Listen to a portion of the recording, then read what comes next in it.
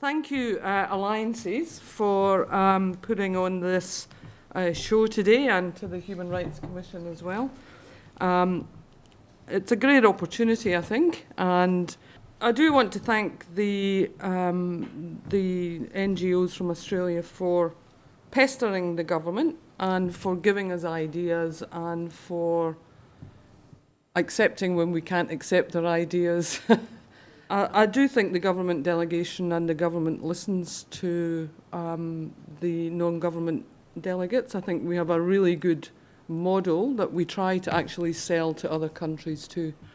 And I just hope that this model will be sustained going forward. So in short, I think we feel that on balance, we got a really pretty solid outcome.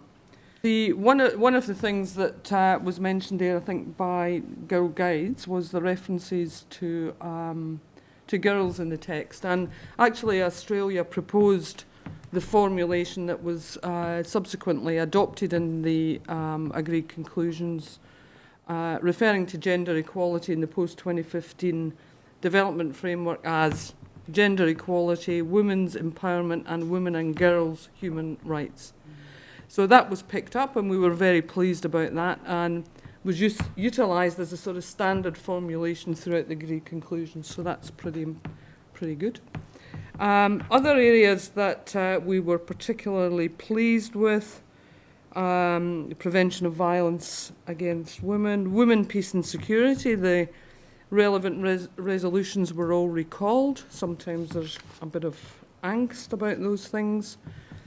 Some strong language on unpaid care work for the first time, recognising women and girls' disproportionate share of unpaid care.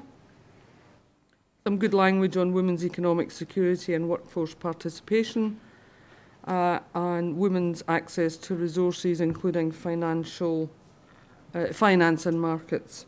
It was good to see that the agreed conclusions recognise that some women experience increased vulnerability and marginalisation due to the multiple and intersecting forms of discrimination.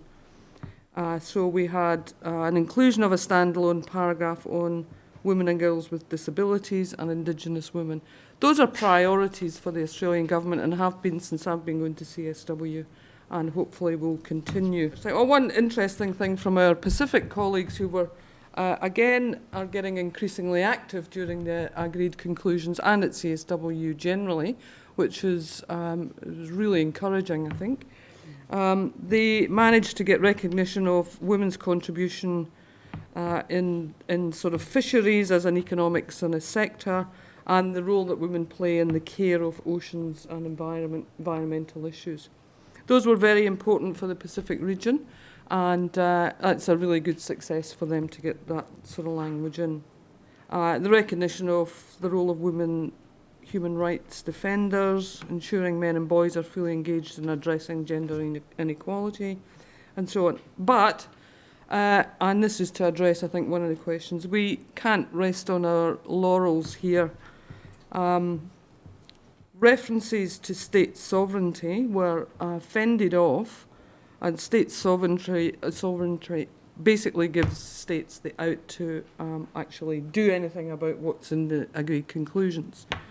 Now, that was a considerable issue last year at CSW 57, and this year again there was another sort of late attack, if you like, on that issue, and which was fended off by resorting back to the CSW 57 language, and that is an ongoing concern, and I think will be pretty significant next year. The other issue I want to touch on is that of the family. We weren't as successful, I think, in the language we would have liked in this regard, so I think what we propose is family in all its diversity. That is strenuously rejected by a whole range of countries, which won't be named. The So language from Beijing wasn't able to be secured in this area. That's an extreme threat again, and this is going to be, these issues are going to be mega next year. Sexual and reproductive health rights, we managed to get language in, but again, subject to the caveats that were agreed in CSW 57, so in accordance with certain other outcomes from other fora. On the sexual and reproductive health and rights, the Holy See and Malta reserved their position publicly on that, so we can sort of make reference to that. Also, as I think as somebody else mentioned, sexual orientation and gender identity.